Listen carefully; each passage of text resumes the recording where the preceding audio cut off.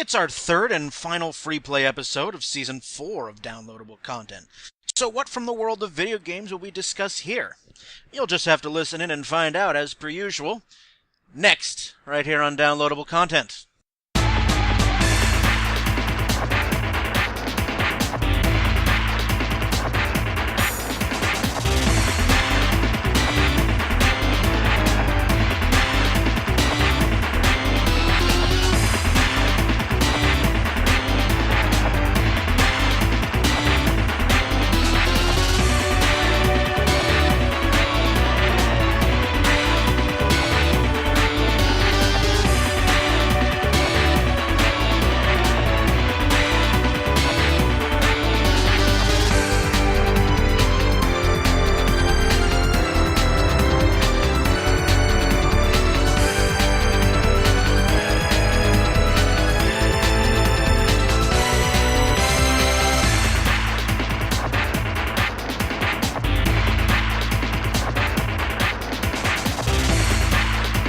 Hello everyone, welcome to Downloadable Content. I'm Brian, and it's a short panel today. We have Ron. Hey everyone. And only Ron. It is, as I said, very short panel, but that's okay. Get all slow and intimate with our viewers here. Yes, we don't have a big, huge panel of people talking over everybody, which occasionally is a nice change. A little bit, sometimes. I do enjoy the huge panels where multiple points of debate and disagreement and those are fun too. But occasionally, it's a nice change to go from the 4 or 5 person panel down to just Ron and I. It's quiet, it's cozy. Usually shorter too, which would be nice for most people too, I bet. Yeah, and it's just as fun. We'll give you our perspectives on other gaming news that have been going on through this summer. So, before we dive into it, let's get the usual plugs out of the way. You can get downloadable content through a variety of places. All episodes can be found on iTunes, YouTube, and Stitcher. You can get a hold of us with a variety of different ways. Facebook.com/DLContent, at Twitter at DLContent, on Tumblr at dlcpodcast.tumblr.com, and through email, dlcontent1@gmail.com. If you have any questions, comments, thoughts on this episode, any other episode, or you have ideas for future episodes, let us know. We do take requests and ideas. We take them into account, and we have done fan-suggested episodes before, so let us hear them. All right, I think I got all our bases covered. So, Ron, I will open the floor with you. All right. We'll switch it around a bit. Yeah, okay. So, recently, Twitch did a couple major changes to how they handle a couple things on their storage devices for, previous broadcasts that people had done. Now, previously with Twitch, what would happen would be, if you wanted to save a stream that you did, all you do is click a little box in your broadcasting settings, and they would save the stream no matter how short or how long it was. And then you could highlight parts of it if you wanted for future posterity or make it easier for people to see. Now, I don't know if you know a lot about video file storaging or things like that. It takes a lot of space. Like a lot of space for any decent quality video. And with how much video that is broadcast on Twitch, there's fraud. Here, I'm trying to look at what they described it. They mentioned that, I'm quoting there, that 80% of their storage capacity is filled with past broadcasts that are never watched. And that's multiple petaflops for video that no one has ever viewed. Now, they do have a little link to what a petaflop is. That's a lot of space. Yes. That's a ton of wasted space. Getting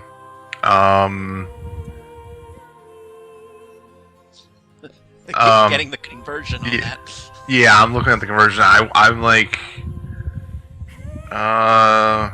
Okay. So, we know that 120,004 gigabytes is a terabyte. 1,024 terabytes is a petabyte. So, that's a lot of storage for, just like one thing. And so to make it easier for, well, I shouldn't say easier. To make it cheaper for them, I would have to imagine. What they did some studying and see how long people would go back and watch archives and things like that. What they used to do was that you could keep it for almost infinite. Now what they're doing is for VODs. The VOD of a prior broadcast will stay up for 14 days. After that, it will be automatically removed. Now, and then this is for people that don't have a what they call a turbo subscription, which is basically like you pay them $5 or $10 a month, and then you get some like ad benefits and no ads and things like that. And if you have turbo, you get access up to 60 days. So I mean, like, this is like one of two things they did. Like, this one I knew was kind of coming forward because like I just like knew I know the logistics of like storing of video settings and things like that, and having that much storage space that's literally being used for nothing but storing videos is a pretty big waste of money. I mean, I can kind of see where Twitch would.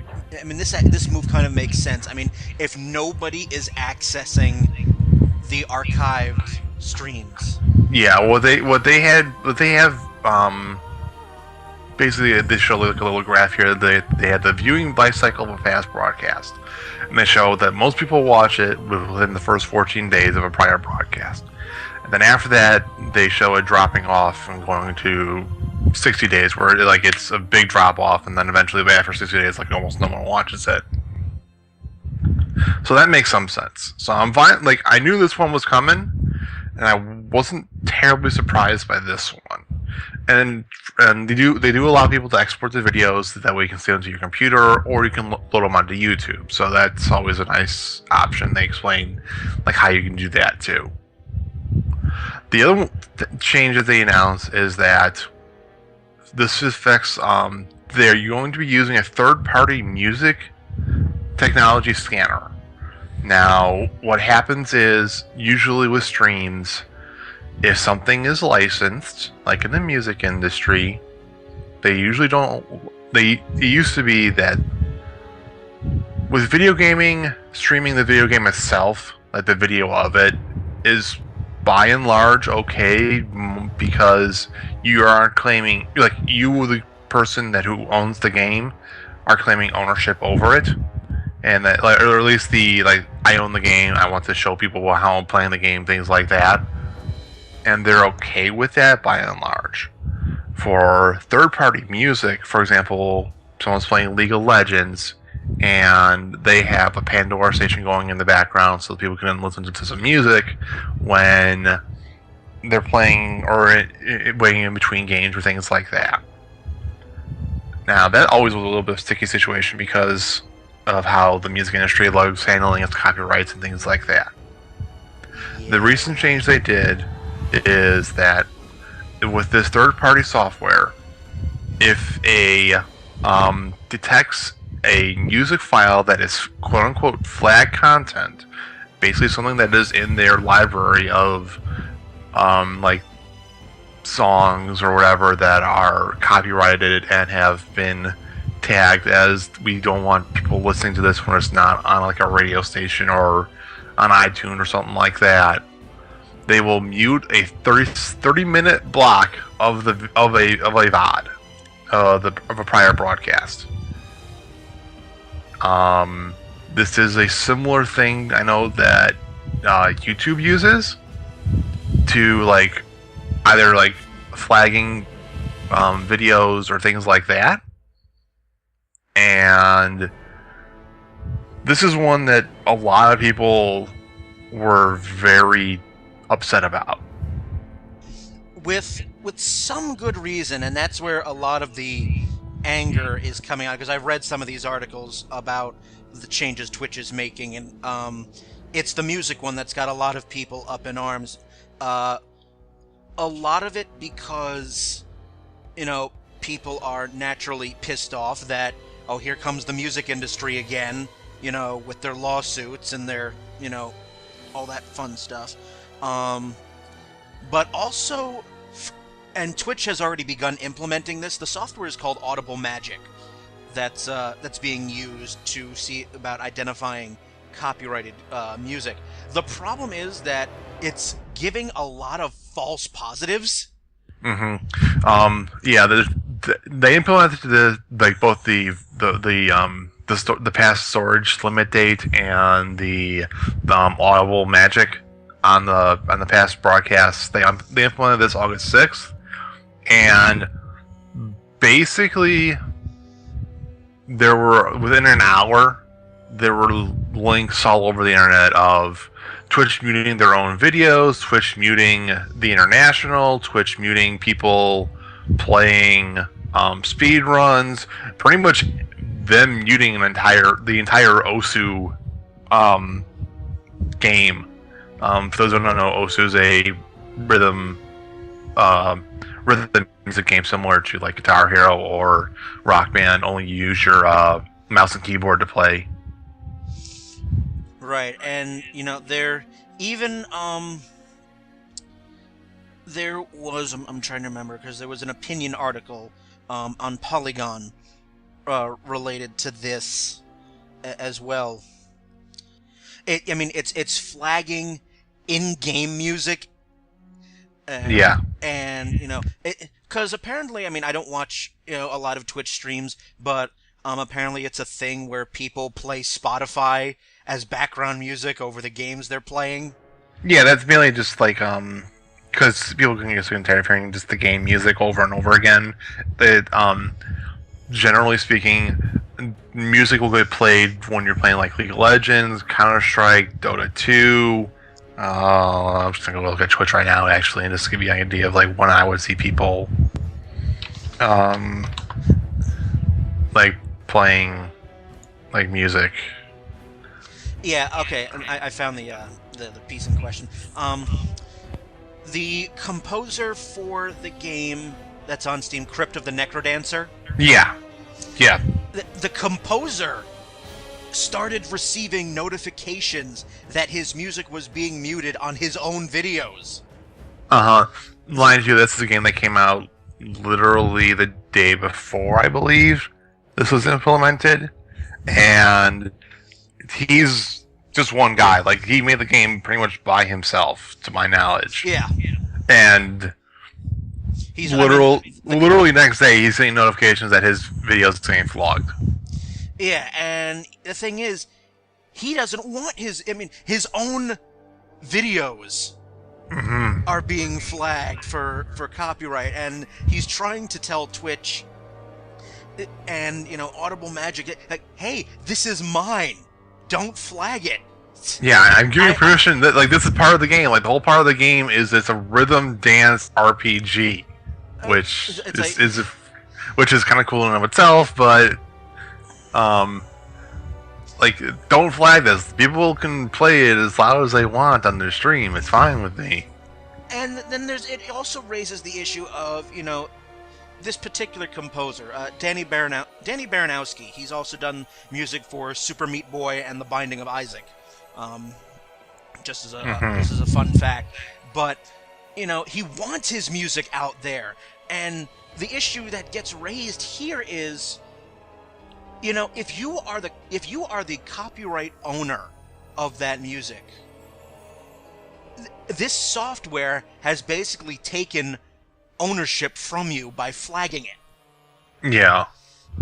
And it mutes the entire stream for 30 minutes. Like, it doesn't just block the music, it blocks the game noise, it blocks the person talking, it blocks whatever happens in the game itself. It's a very, very annoying thing, because then you have literal, like, trying to think of 30 minutes of nothing. Yeah, 30 minutes. It's a little 30 minutes of nothing. Like, they linked a video, like, pretty much the day of this happening, and there was a person who had streamed previously, and he had Pandora going on a station. This was before the announcement had happened, as he had streamed early in the morning in terms of U.S. time, and the announcement happened at like 1 or 2 p.m. Pacific Standard Time, and he basically had streamed from like 9 a.m. to to 1 p.m. and went offline just before the announcement happened. And it was like a 4-hour block, and the only parts of his stream that weren't muted were times where he had actually turned off the music so that way he could talk to like the community in terms of like people that were in his chat. Everything else was muted. It was like a 2.5 hours of just silence, interspersed with like 30-minute chunks of him talking to chat.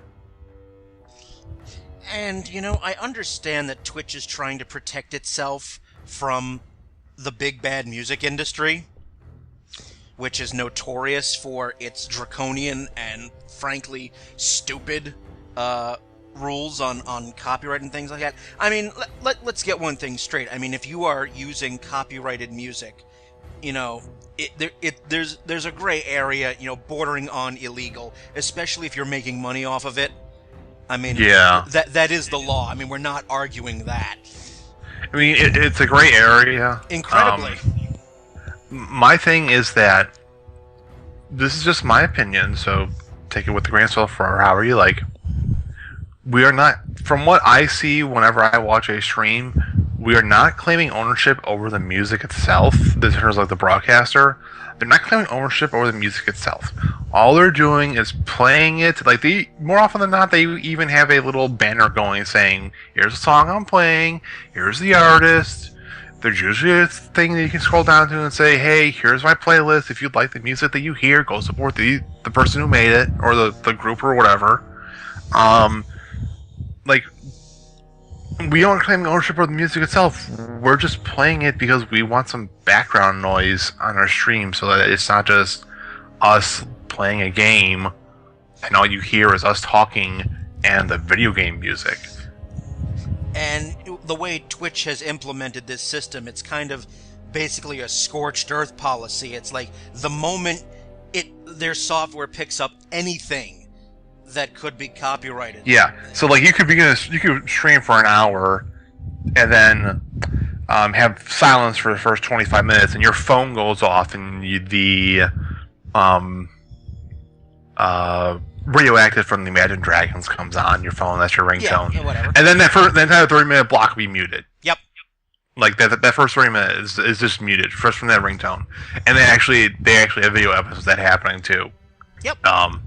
Where people have had like they're just playing a game and like no music other than the game audio and them talking, and then their phone will go off on accident, and then that entire 30 minutes is just muted. Yep. So they're definitely, I know Twitch obviously has received plenty of flack for it, and I do believe that as of this particular recording, they are working to address that, because that's been the biggest problem, is the false positives. Yeah.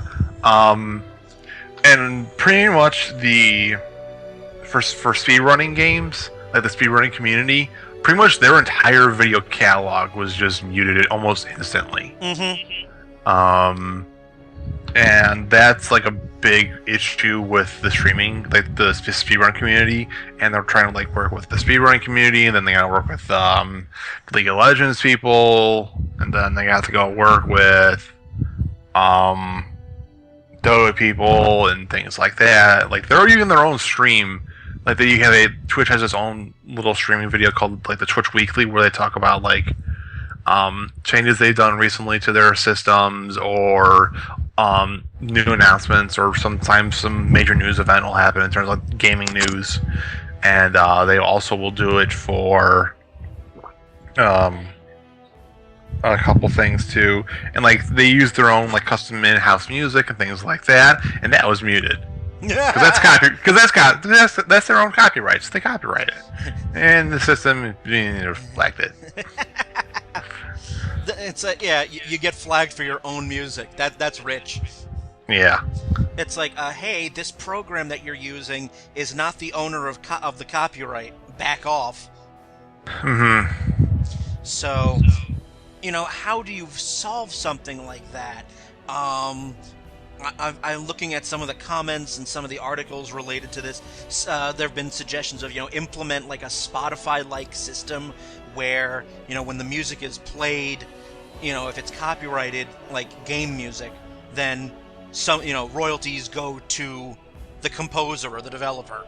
Yeah, and then it gets into even more of a legal gray area in that you're literally paying them, but Twitch is a relatively, I should not say it relatively, like, they're a decently big company, but it still don't make enough money overall from ads to really, truly pay for, like, their own operations. Like, from what I know of Twitch's internal workings and things like that, they've been in the red almost since launch, and the only reason that they've been able to stay afloat still is the fact that there's just so much traffic on the site now, in terms of like they're almost hitting the black, and that the investors are okay with like being a little bit of red, because the stock value and the publicity of Twitch itself, they're expecting to eventually make it to the point where even if this thing is just one gigantic money sink, the publicity from it will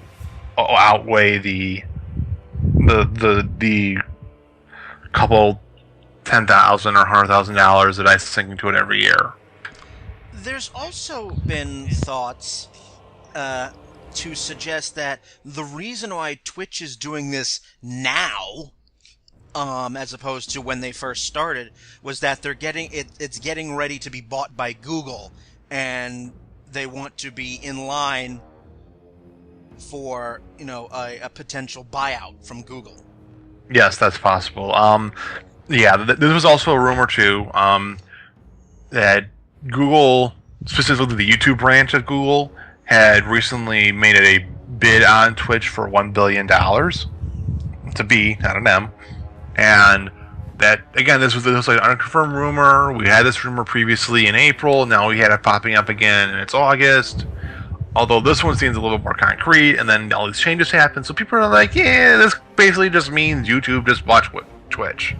So, it's unofficially, officially. So we're kind of waiting for their shoe to drop in that sense. And, I mean, the thing is, I mean, the audio copyright system that Twitch is now using needs to be heavily tweaked, and Twitch is very aware of that. They've gotten a lot of angry feedback, and they've now implemented a system where you can appeal a flag. Mm-hmm. They're also hoping that with better, like, once it's been tweaked, and once they can use that extra storage space, that they can maybe break it down into like maybe 15-minute segments instead of 30-minute segments, or even shorter. Like, they're trying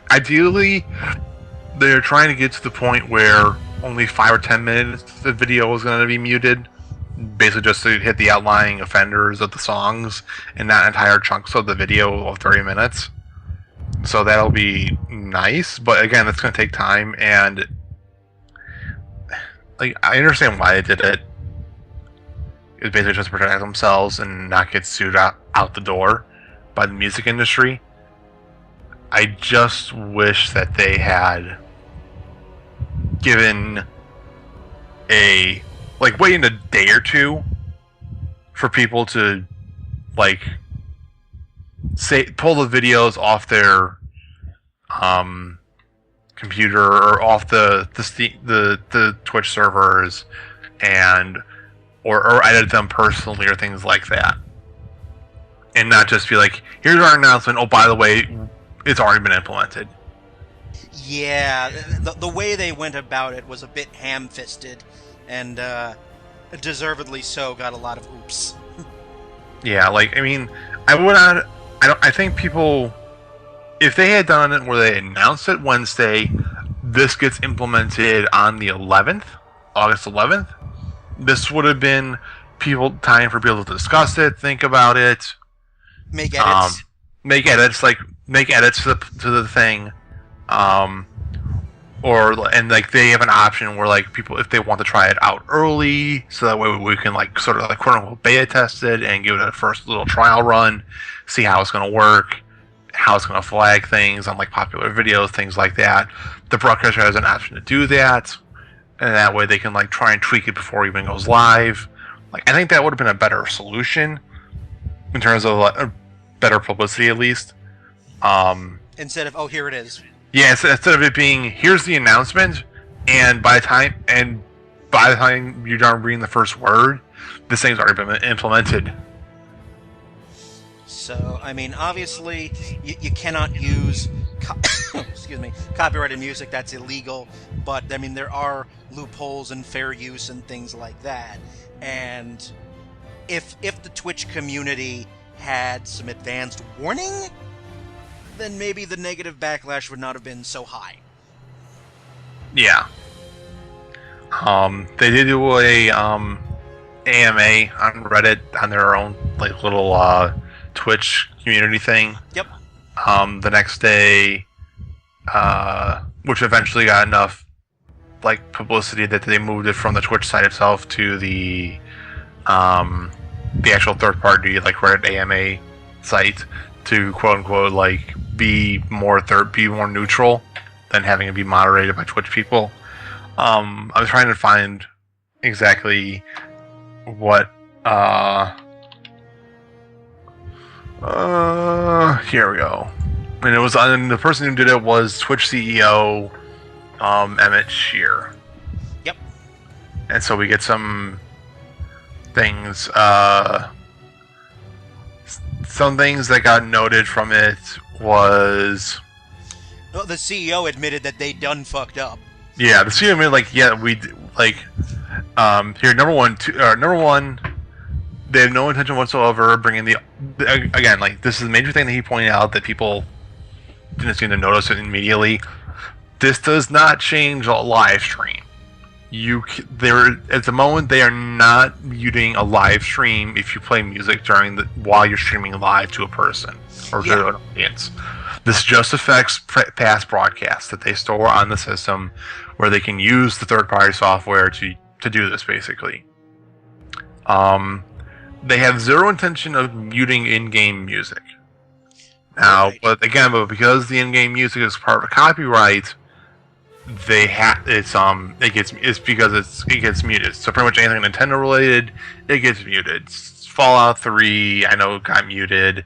Ocarina of Time, that's a Nintendo thing. A couple other games got muted too.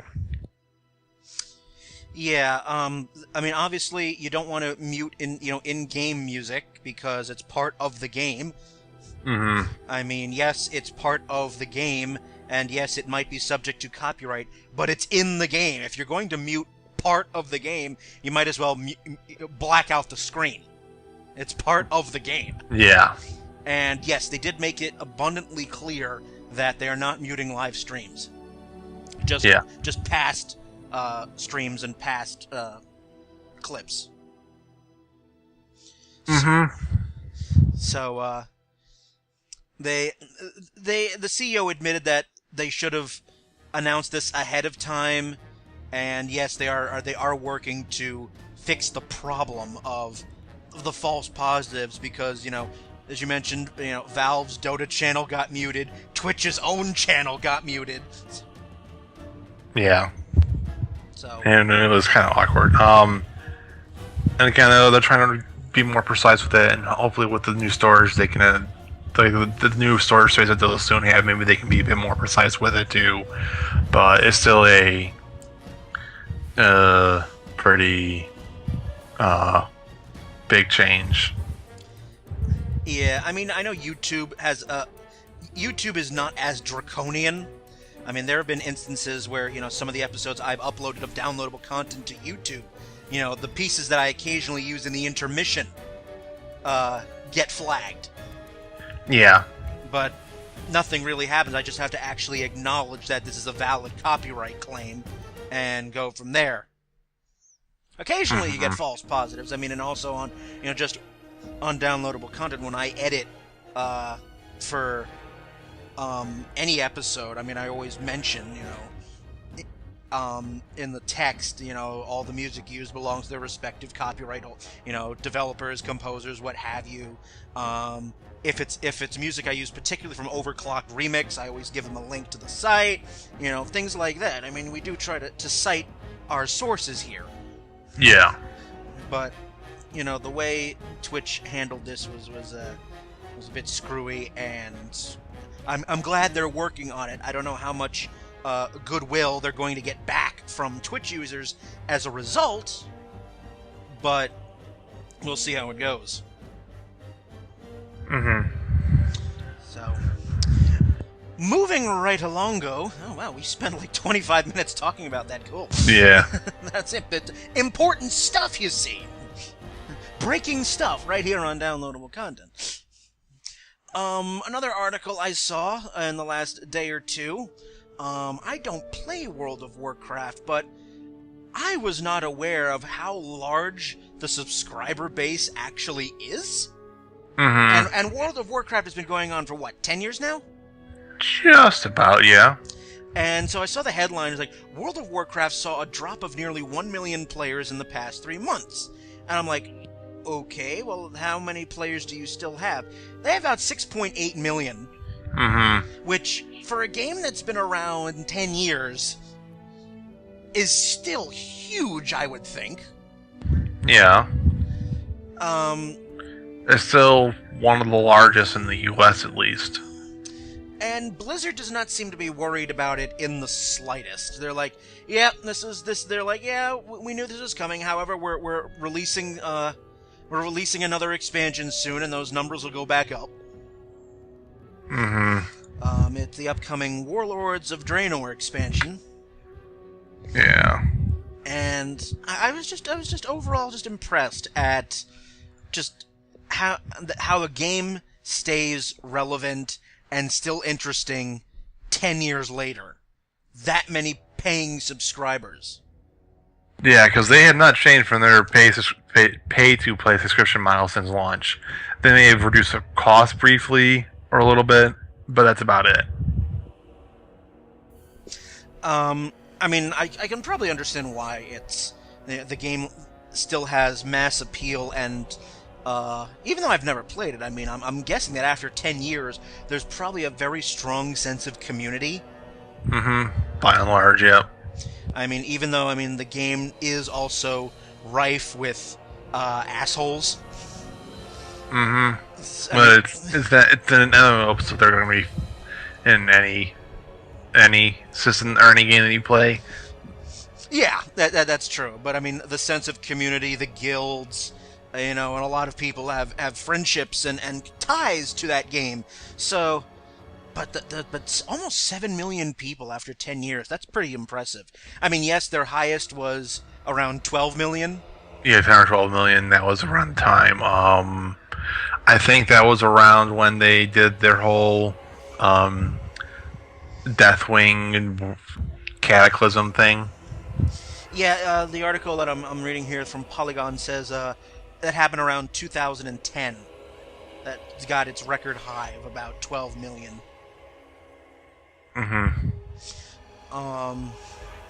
But, well done for Blizzard to keeping a game relevant, and I know that there have been attempts by other companies to try to be the Worldcraft, destroyer.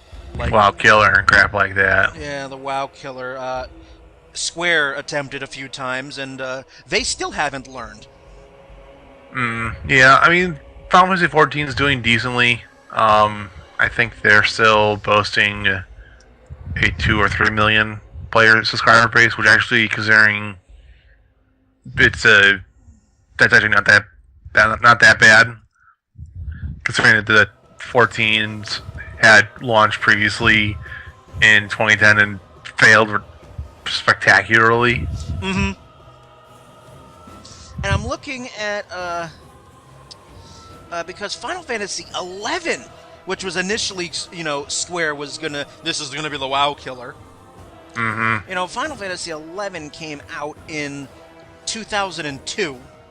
So here we are 12 years later, and while it's still going, I can't imagine it possesses anywhere near the base. I think they're at 500,000 or 1 million, if memory serves. And most of those are people that are going to stay with it until they take the servers down, basically. Or until they say, we're done with the they as far as I know, they have stopped updating the game in terms of like no new content's coming out for it. We'll be doing like bug fixes and things like that, but like we're done making content for it. Yeah, there was the most recent expansion came out in 2013. Mm-hmm. It came out. It was the last game ever made for the PS2. And as of current numbers, there's still roughly between 200,000 and 300,000 players, active players. Yeah, so I was a little overestimating then. You were a bit eager with your estimate there. But 12 years later, Final Fantasy XI still has a couple 100,000 active players, whereas World of Warcraft, 10, 12 years later, has still 7 million. So, yeah, Square, I think you failed a bit in your only a bit in your boasting that this was going to be the WoW killer. I'm actually surprised, honestly, that Square hasn't shut down the servers for Final Fantasy XI. They might be making an announcement on that soon. I mean, the funny thing is that the president of Square Enix announced in June 2012 that Final Fantasy XI had become the most profitable title in the entire Final Fantasy series. I'm like, well, duh. If it's a pay subscription service, that's kind of like, well, that's going to happen if people are playing every month, but now I'm curious, when did World of Warcraft actually come out? I want to say 2002, 2003. World of Warcraft came out 2004. Okay. So Final Fantasy XI came out before that? Yeah. So the WoW killer didn't even exist back then. So. Yeah, okay. Let's see, it came out in Japan. Oh, it came out in Japan in 2002. It came out in the United States a year and a half later. It came out in 2003. Okay. So yes. So Square, with its big, huge, attempts later on, and I mean, obviously the amount of online games have only grown. I mean, you have many people playing Warcraft, you have many people playing League of Legends and Dota and all of that, so yeah, the interest is there. It's only grown.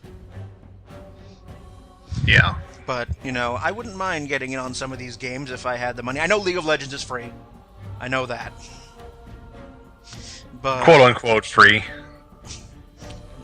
Quote-unquote... it's free to play, isn't it? It's free to play. They don't stop you from buying anything, but it's like you spend $5 here, $5 there, and then the next thing you know, you spend $500 on the game.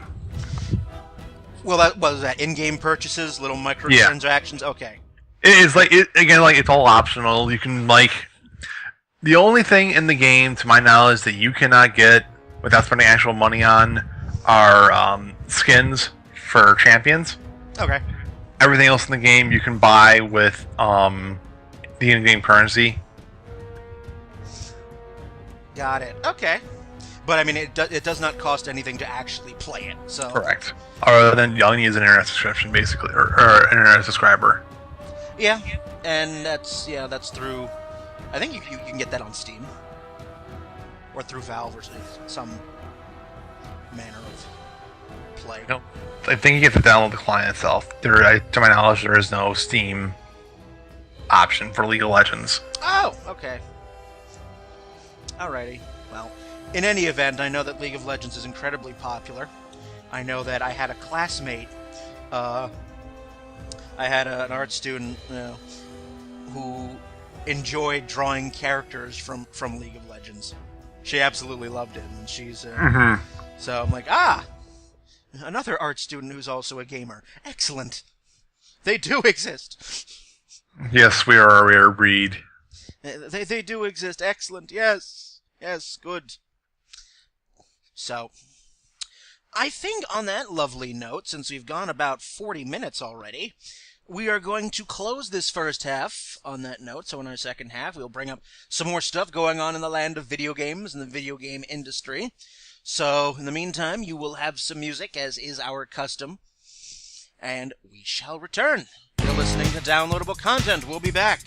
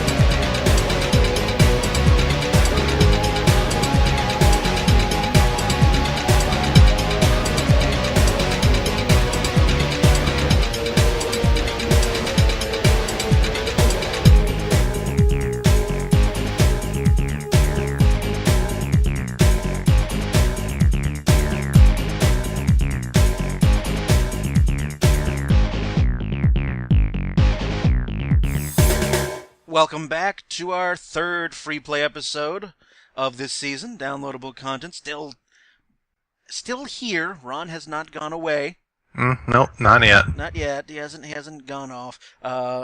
He hasn't been muted. He has not been flagged by Twitch's program. So or YouTube or any of those things. So he cannot be silenced.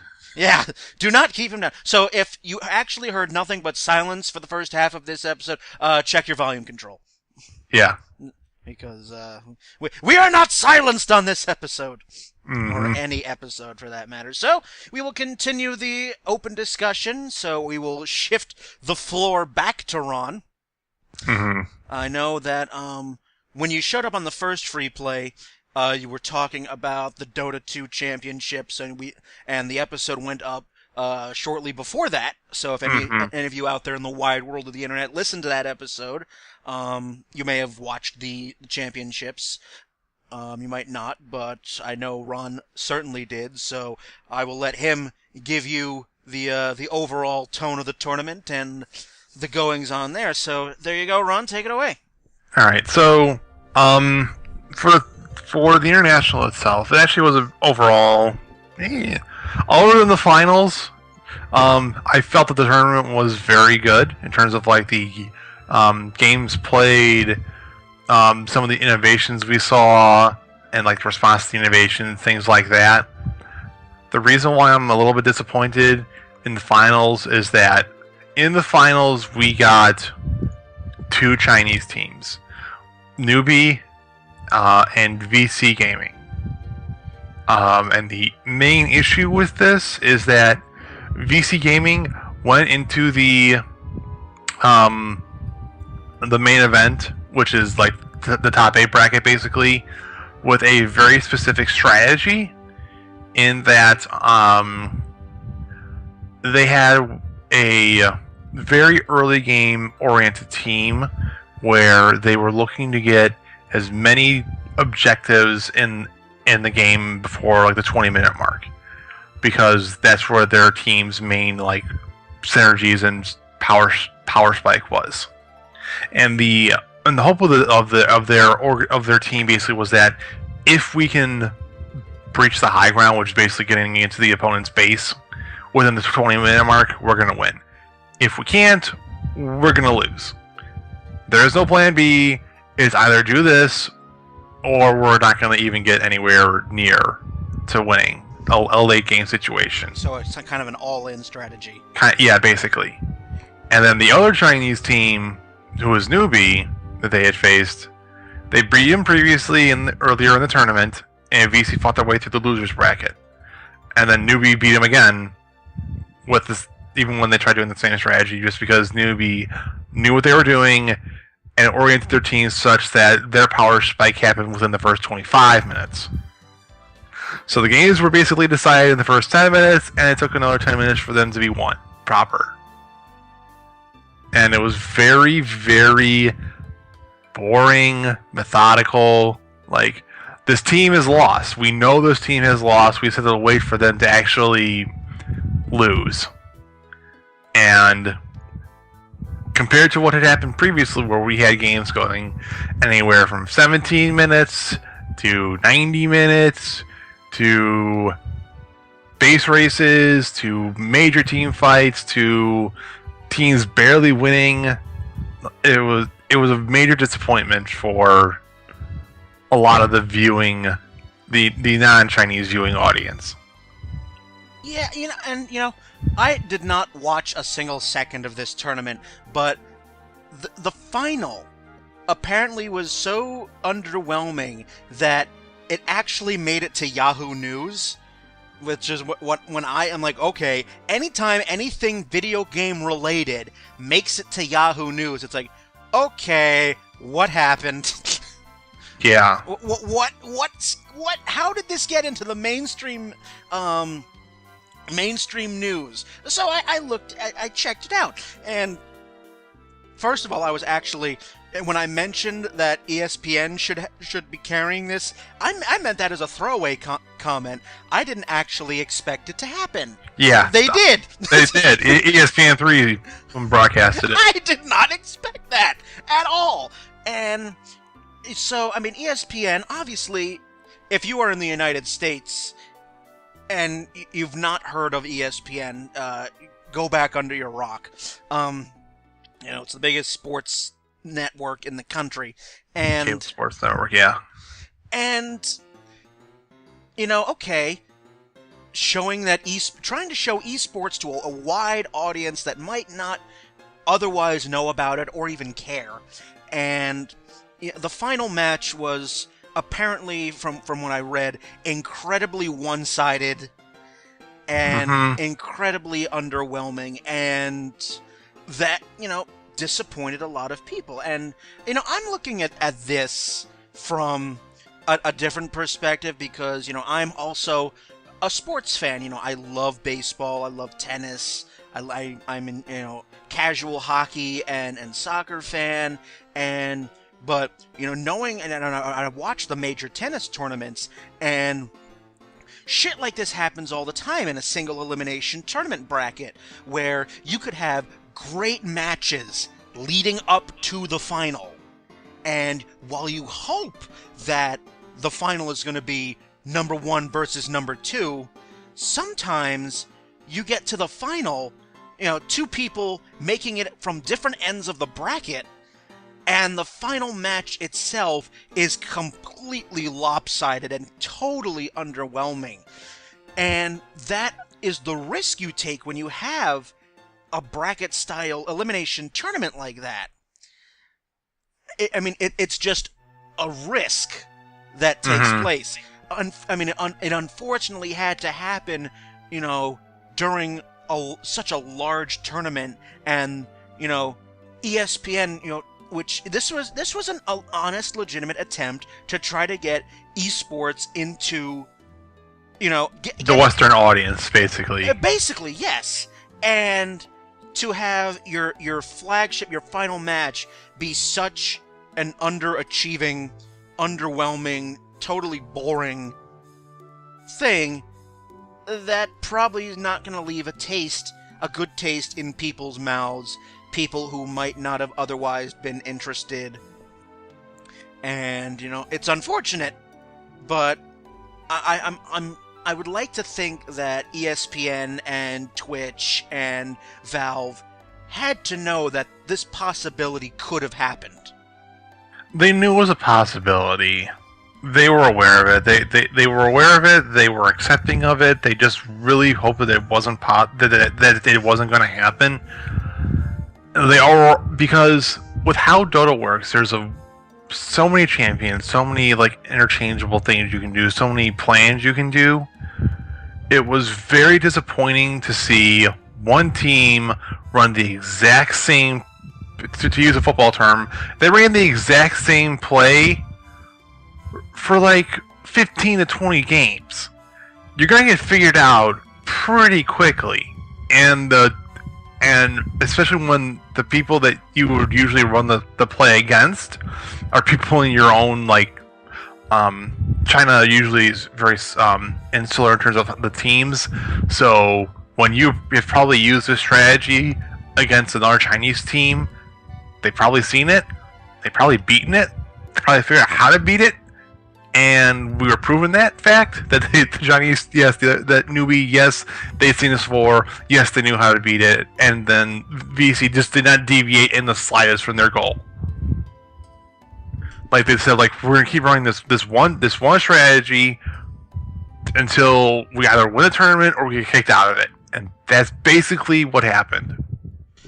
I know when you and I were talking about this on Facebook right after the tournament ended, you had made mention that, I kept trying to bring up the point that if such and such team uses the same strategy over and over again, eventually someone's going to figure it out. And it was during that where you brought up that, yes, that could be true, but the play styles of Western players versus Asian or Chinese are so vastly different. Yeah, in China specifically, they tend to do a lot of these fast pushes, basically what the strategy is called, where you try and get as many objectives as you can as fast as you possibly can, like you said, an all-in strategy. And if you don't get a certain number of objectives by the first 20 minutes, you're not going to win.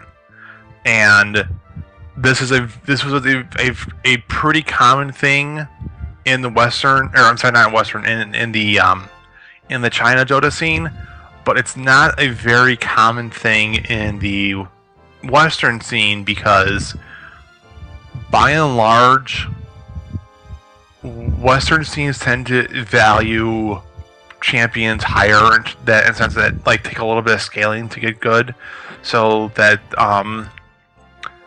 or they try and have what I would call a quote-unquote well-rounded team, in the sense that you have champions that have a good early game spike, you have a champion that's a hero that's going to have a good early game power spike, a hero that's going to have a good mid game spike, and then you have someone that you can quote-unquote carry you, or that you carry through the early and mid game, so that way they get to the late game with their items and their gold, and then they can just dominate with their scaling, basically, with the items. And they tend to value team fighting and team orientations and team rotations and cooperation in a sense, more so than the Chinese teams. I mean, don't get me wrong, the Chinese teams do cooperate, and it's five. I mean, it's a multiplayer game. You're gonna have to cooperate with other people, but they tend to with the Western teams value like cooperation in the sense of like we know that some of the champions, the heroes we pick, will be weak in the early game, but we're trading that early game weakness for a late game power, and we're gonna work together to make sure that we can get to that late game without being so far behind that we can't come back, even when if we even do reach it. And this fast push strategy is known in the Western scene even before the international happened, but they never really acknowledged it being a thing because they thought, oh, it's just a Chinese thing. It's not going to be an actual thing we have to worry about because our quote unquote late game will be so good that we don't have to worry about scaling their early game push team, even if they get most of the objectives that they want. And then when they get to the tournament, it ends up being, no, you actually kind of need to practice against this because they've perfected this to the point where your late game thing may counter it, but you need to bring it into such a late game that if you make a mistake between that 20-minute and that 60-minute mark, you're going to lose the game. So, I still maintain that eventually Western gamers are going to figure out a way to overcome it. They probably will. It's just going to be a case of like some more tournaments with Chinese teams will have to be played, like against Western teams for them to figure it out. And it's just like a case of we just need to wait for that to happen. Because I mean, it's like when I was a kid and I used to play fighting games with other friends of mine, and they just mash the same move over and over. It's like, eventually I'm going to figure out how to overcome that. Mm-hmm. So I suspect that, when you have more tournaments like this, someone is going to figure out how to overcome, the all-in quick, Mm-hmm. And again, like, the reason why people never really gave it much thought was China's very insular, and they thought that their mid-game and late-game compositions would be better than the early game composition. They just didn't put much stock into how strong the early game team was. And then it was broadcast for all the world to see. Mm-hmm. And then at the end of it, everyone was just kind of like, well, shit, now what? Yeah. I mean, like, there were games that happened previously that were like, if you want to see an exciting match and be like, this is how, I should not say this is how, but like, in a general sense, this is how most teams tend to play Dota. I mentioned this to you on Facebook, I would point you to like 3 or 4 different games and not even touch the finals and be like, here's these games, go watch them if you just like entertainment and like major fights and very close fights and things like that. So, I mean, are there other tournaments of this scale? I mean, you follow them much more than I do. Yeah. So.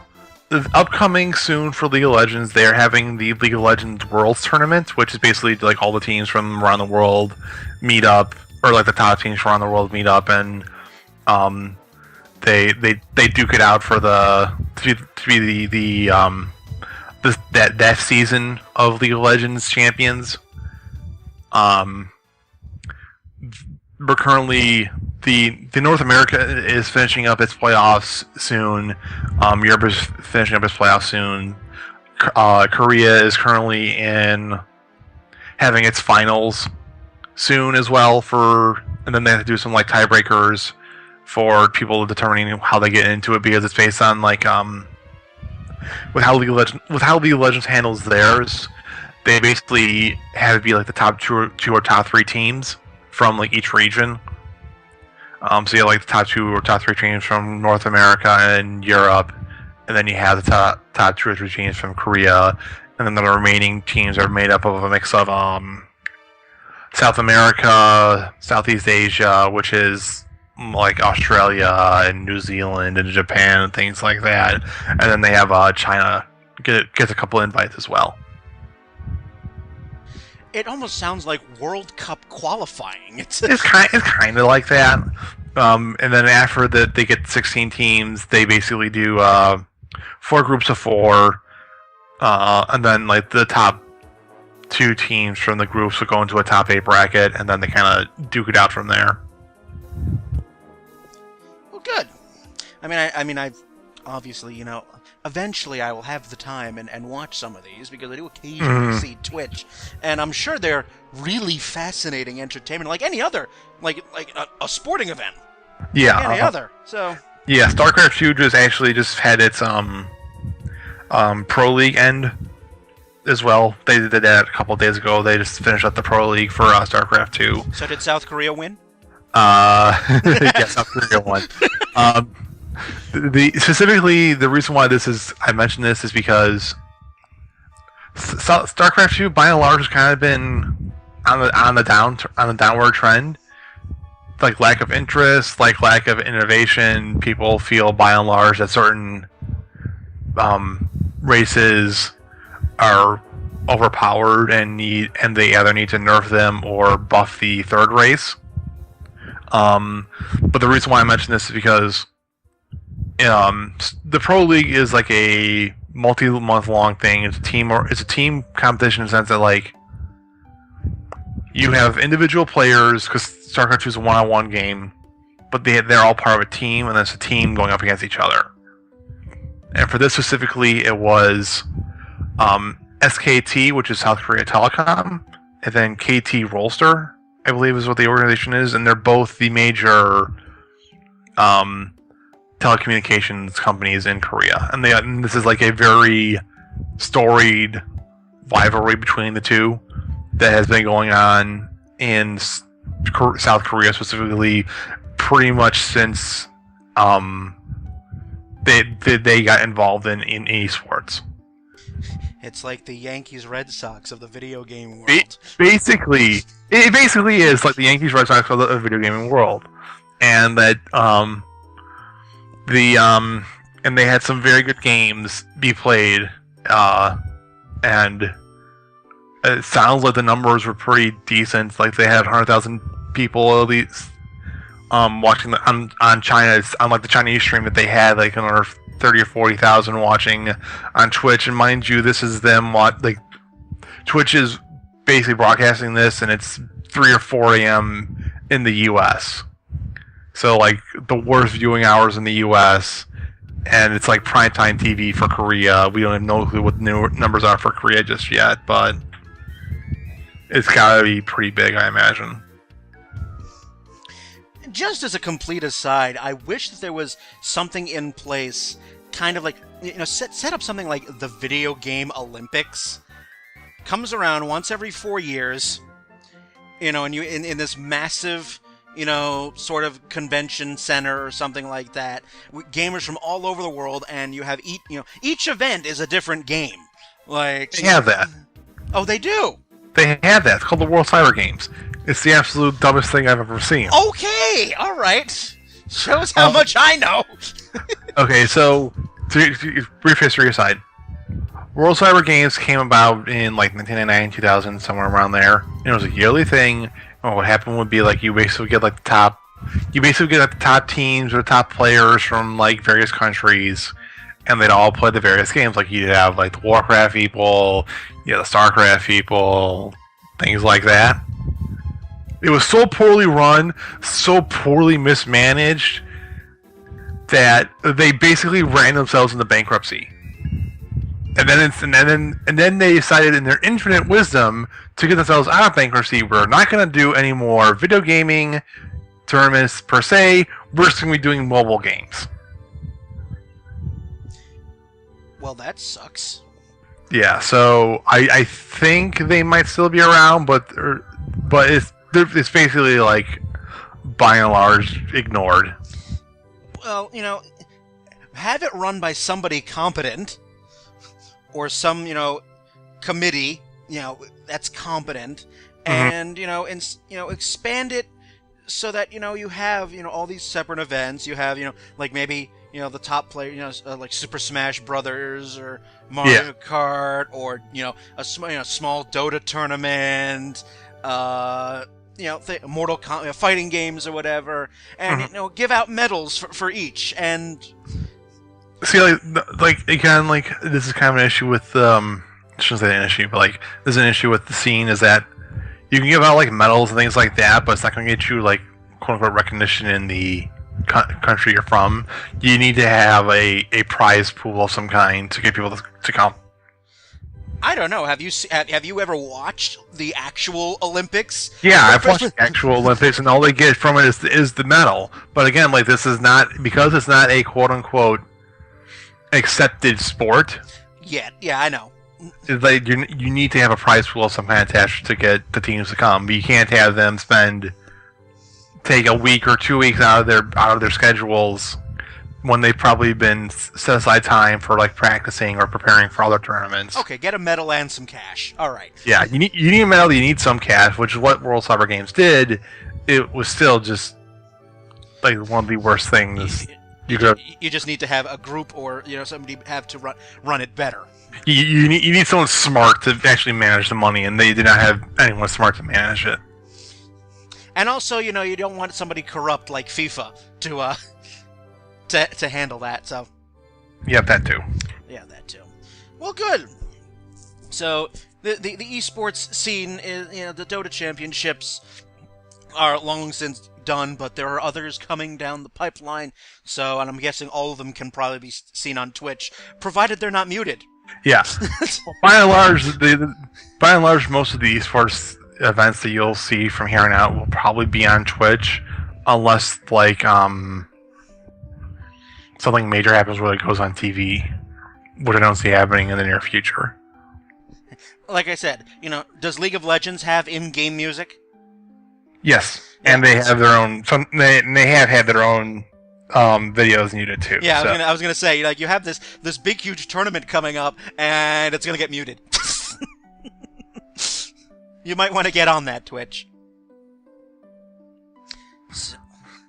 So, all right. So moving on, I have a couple of pieces of interesting news, which I saw just very recently. One of the big names at BioWare, Casey Hudson, has left BioWare, so we have another instance of, big name leaving the AAA part of the video game industry. I don't know if he was... I don't think... Did he run BioWare, or was he... I know he was pretty... He was an executive producer. Okay. And so he's gone, which... again, he was largely influencing and helping to make the Mass Effect series, not to mention other games. He spent his entire career at BioWare, 16 years. Mm-hmm.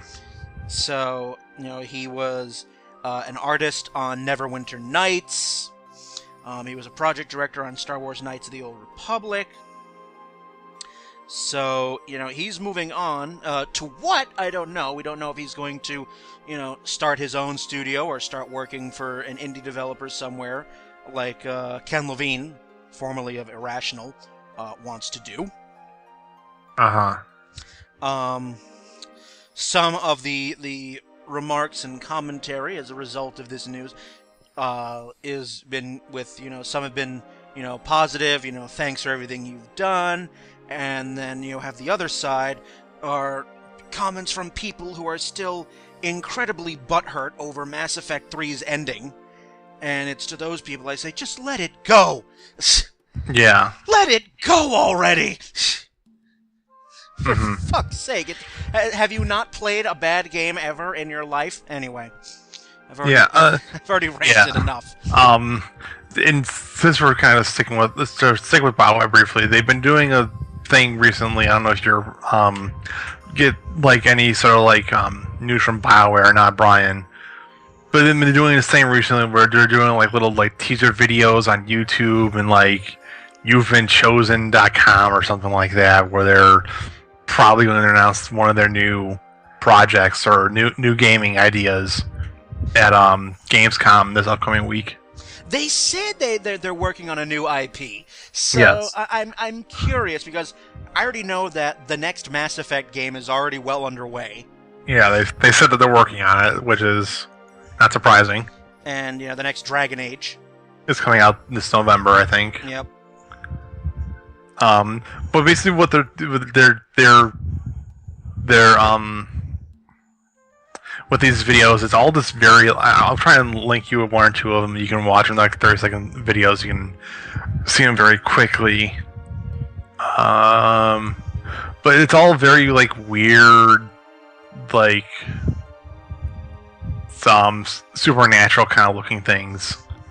Interesting. Let's see.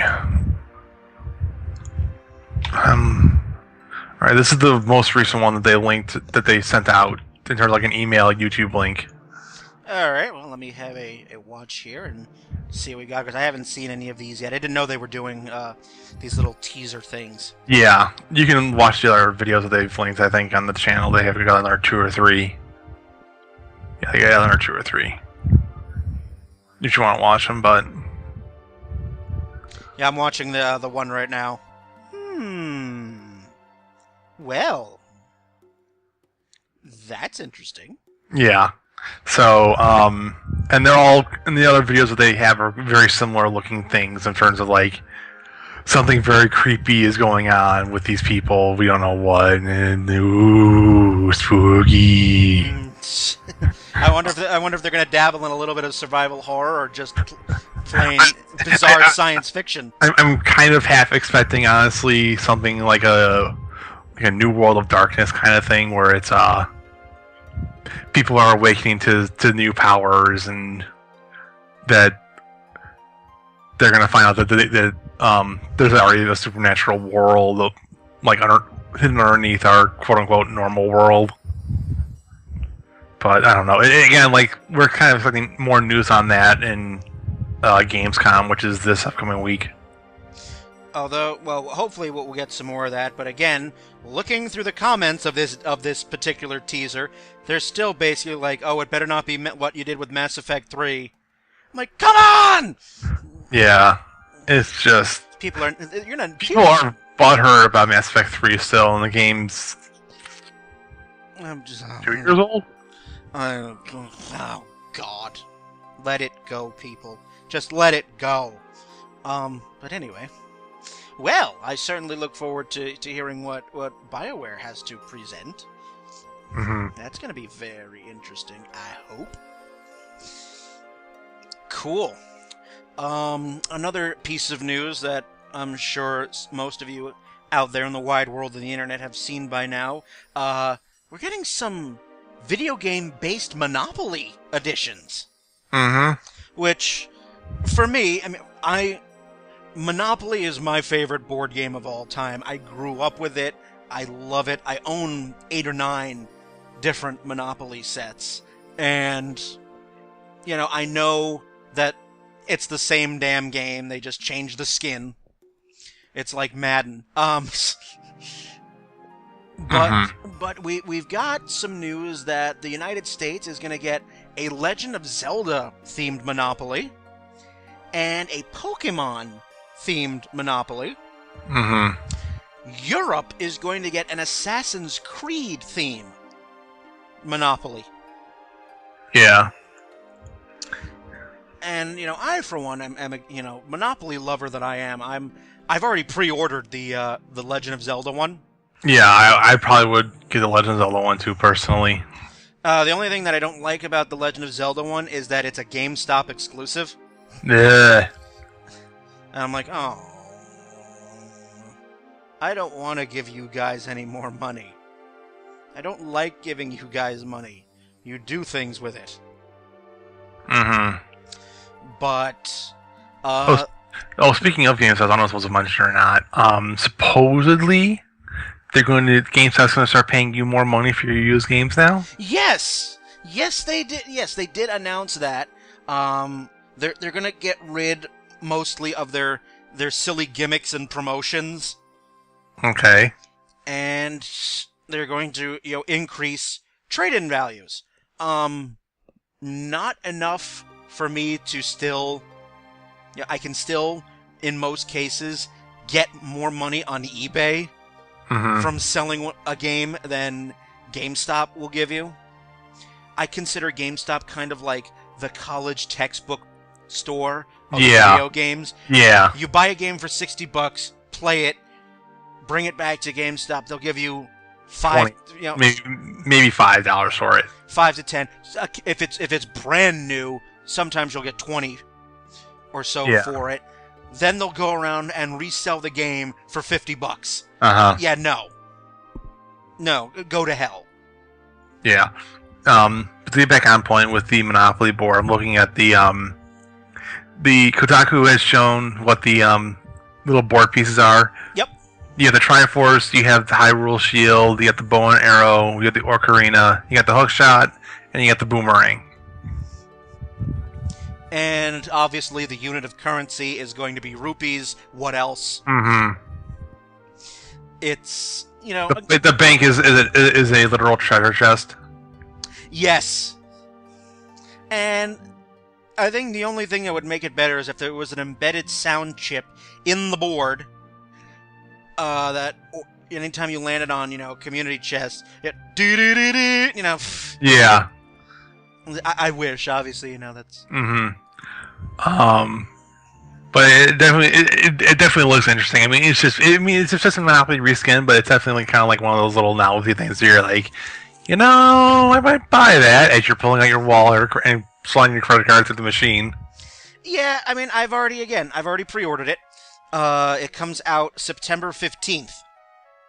Mm-hmm. And I'm looking at the board. Yeah. Community chest it's just simply called treasure chest. The chance spaces are empty bottles.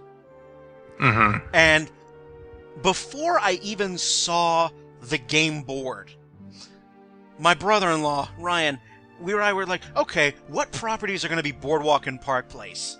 And I said, Hyrule Castle is definitely going to be one of them. And then we're like, what about the Temple of Time? They're like, and we're both kind of came to the agreement that, yeah, Temple of Time is probably going to be the other one. And sure enough, Temple of Time is where Boardwalk is, and Hyrule Castle is where Park Place is. Mm-hmm. So it's going to be very interesting. I like the fact that the railroads are different modes of transportation that Link has to go on through various games, like Epona, the King of Red Lions from Wind Waker, the Loft Wing. I'm thinking that's from Skyward Sword. And then you got the Street Train. Spirit Train. Okay. It's the Spirit Train, and I'm just like, this is going to be so cool. I mean, obviously, if you've played any version of Monopoly, you know the rules. The rules don't change, and yes, it's a cash grab. But I play Monopoly as much as I do collect them, because I do like, as much as I love playing the standard version, I like the theme versions as well. Mm-hmm. Like, I've got both versions of the Nintendo Monopoly, because they released 2 versions of that. They updated the board on the second one, and on the Nintendo Monopoly, instead of actual places, they're characters from different Nintendo franchises. Yeah. I have a Doctor Who one that hasn't been opened yet. So, I mean, I enjoy Monopoly immensely, and I'm going to definitely get this game and play it. Absolutely just love the hell out of it. And the tokens, as you've mentioned, Ron, they look absolutely beautiful. You mentioned them all. The GameStop is going to also include 6-item power cards for added gameplay. I don't know how those will be incorporated into the game. Yeah, I'm not sure either. The houses are called Deku Sprouts. The hotels are called Deku Trees. Which is just really cool. There's gonna be an 11x17 poster included in the game, and that's, I'm looking at this and I'm wondering if this is gonna be sold through other retailers, but just the GameStop exclusive will get you the 11x17 posters. The Ocarina of Time is the GameStop exclusive token. Yeah, probably. I have no idea if how that's going to work, but I'm getting it. I probably won't pick up the Pokemon one. I mean, I'm not a huge fan of Pokemon. And, of course, as I mentioned, the Assassin's Creed theme Monopoly is going to be exclusive to Europe. So... But I'm certainly looking forward to that. That game releases September 15th, and I do not know. It's probably going to be sold in GameStop stores, but right now you can pre-order it online at the GameStop website. And again, I did that as soon as I'm like, well, that's pre-ordered. I've never pre-ordered anything so fast in my life through GameStop. It's like, all right. I almost never pre-order games, but as soon as I saw that, like, yep, getting it. But first I have to look through my bank account. I'm like, do I even have $40? Yes, I do. All right, good.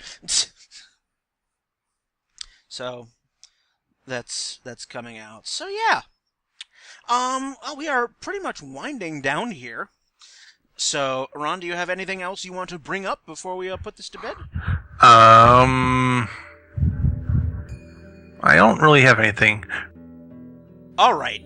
So, if you have any questions, comments, thoughts about this episode or any other episode of Downloadable Content, you can get in touch with us in a variety of ways. Facebook.com/DLContent, Twitter @DLContent, on Tumblr, dlcpodcast.tumblr.com, or through email, dlcontent1@gmail.com. And as always, episodes can be found on iTunes, YouTube, and Stitcher. Feel free to leave a comment, subscribe, give us ideas, just drop by and say hi.